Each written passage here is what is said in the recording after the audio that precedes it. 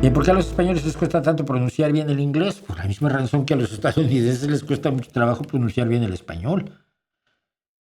Cuando tú, y esto yo lo he estudiado porque vimos algunas cuestiones de lingüística en una época, en tu desarrollo personal como ser humano, te acostumbras tu aparato vocal a emitir ciertos sonidos y no otros. Si tienes un idioma que necesita otros sonidos, tienes que reaprender posiciones que no son conscientes, que las controlas, de tus cuerdas vocales, de tu faringe, perdón, de tu laringe, de la lengua, del levantamiento no del velo del paladar, de la posición de los labios, todo lo cual influye en que pronuncies correctamente un idioma o no. Y además que lo que pronuncias lo haces con el de tu región, no hablas con el idioma de otra región. Ahí siempre estás imitando. Y todos los idiomas tienen giros regionales. Entonces, yo hablo buen inglés porque me aprendí desde pequeño.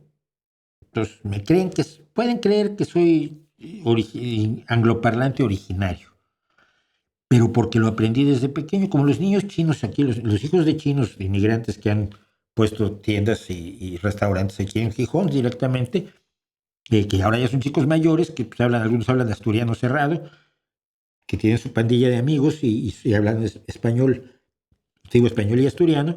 Y alguna vez a un chaval como de 11 años, dice, oye, pero tú, a nosotros nos hablas en español, pero tus padres siguen hablando en chino. Sí, sí, por supuesto. Tú no te confundes nunca. Y me miraba como diciendo, el de la barba es tonto, ¿no? ¿Cómo me voy a confundir? Porque mis padres hablan chino, pero es chino. Pero es que todo el uso de tu aparato fonador es distinto para el chino que para el español. No puedes confundirlo. Primero que nada, porque el chino es, entre otras cosas, un idioma tonal. Es decir, no solo importa la sílaba, sino importa en qué tono la dices. No es lo mismo A que A.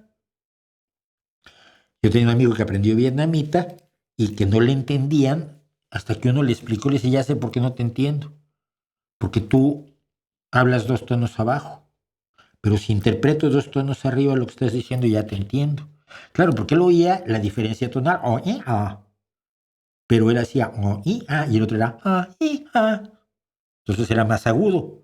Y no le entendían porque él decía la misma relación tonal, pero más grave. Así de delicado es el manejo tonal en algunos idiomas asiáticos, ¿no?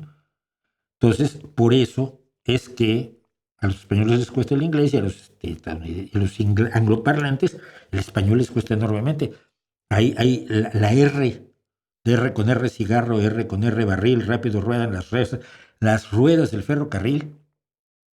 No lo saben hacer. La R, ¿no? Nuestra lengua está entrenada desde que éramos pequeñitos para ello. A ellos, cuando lo intentan, suena más falso que $1 con la cara de Popeye. Entonces, lo mismo nos pasa a nosotros. A mí no, por suerte.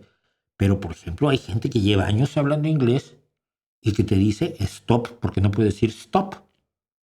Porque todo su aparato fonador está acostumbrado a usar la E antes de la S.